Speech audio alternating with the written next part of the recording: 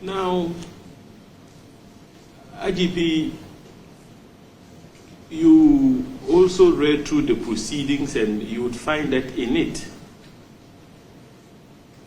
you may want to respond to this in the open. I don't know how it sits with you, but you were also accused of being the worst IGP this country has ever had.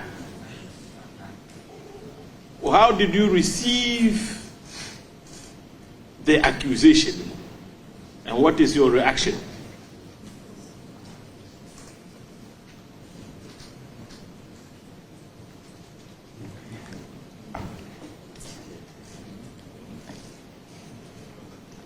Yes.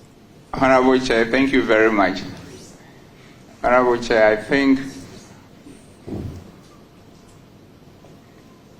probably my brother wanted to say I'm the best and he missed it. Because the records are there for everybody to see. The beauty of mankind is that everybody has an opinion and he can express it in any form or shape, but that has not changed the facts. And this is the point, Honorable Chair. Since my colleagues and I and the rest of the commands across the country had opportunity, by the grace of God and with the honor done me by His Excellency the President Nana Addo Dankwa Akufo-Addo, we committed ourselves to transforming the organization to become the best institution in the country and a reference point for Africa and beyond in a teamwork fashion based on Genesis 1:26. So even granted that I'm the worst, then all of us collectively are the worst, including probably my brother who was serving in that capacity as member of the team that I lead. So I think it was a slip of tongue on his part. But let me speak to the issue. This is what it is. We, the current administration, want to be the best in terms of all those who have come before us. And we have a good reason for that, Honorable Chair. And we are there getting on to becoming the best in the history of the country. And I'll explain. The reason why we want to be the best and we are getting to be the best as a police administration under my leadership is that when most of our forebearers were there, we saw what they did right and the challenges they face. So being a graduate of management and leadership and a continuous student of sociology, psychology, and philosophy, it is just clear that when you saw your forebearers doing what they were doing, and you saw what they were doing right, and you saw the challenges they were facing, and you have this background, and you have the opportunity, you surely should perform better than them. And this is simple. You do what they were doing right, you learn from their mistake and make them better. So if you add them to what they were doing right, there's no way you cannot be better than them. And this is what we are doing.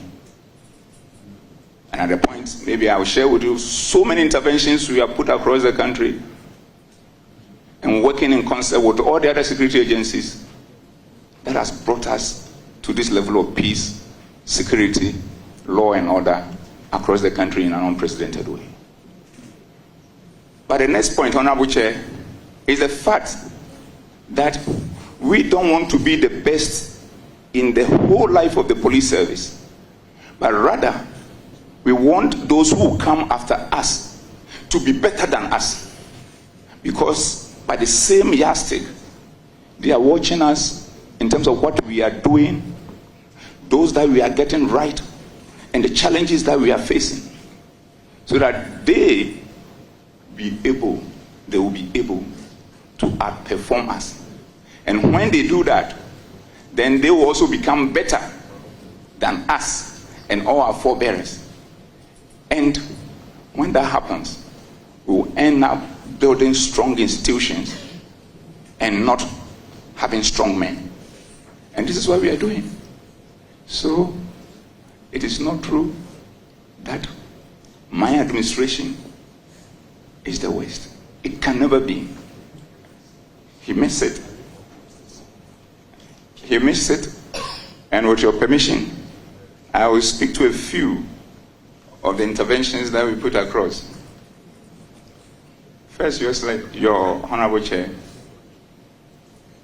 we came in at a time that so many places across the country were engulfed by criminal elements, especially armed robbers all over the place. And now, across all the major highways, you can feel it. In the past,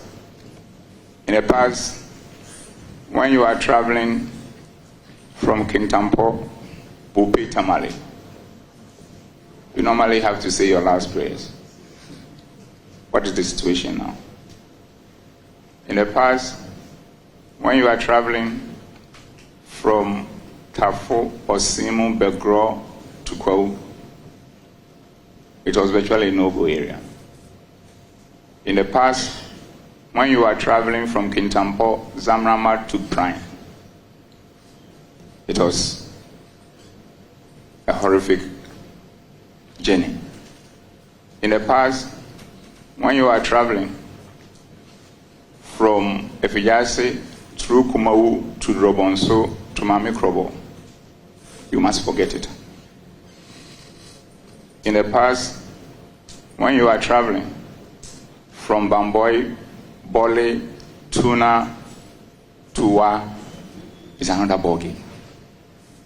In the past, when you are traveling from Tapa to Bogoso, Waselkropon,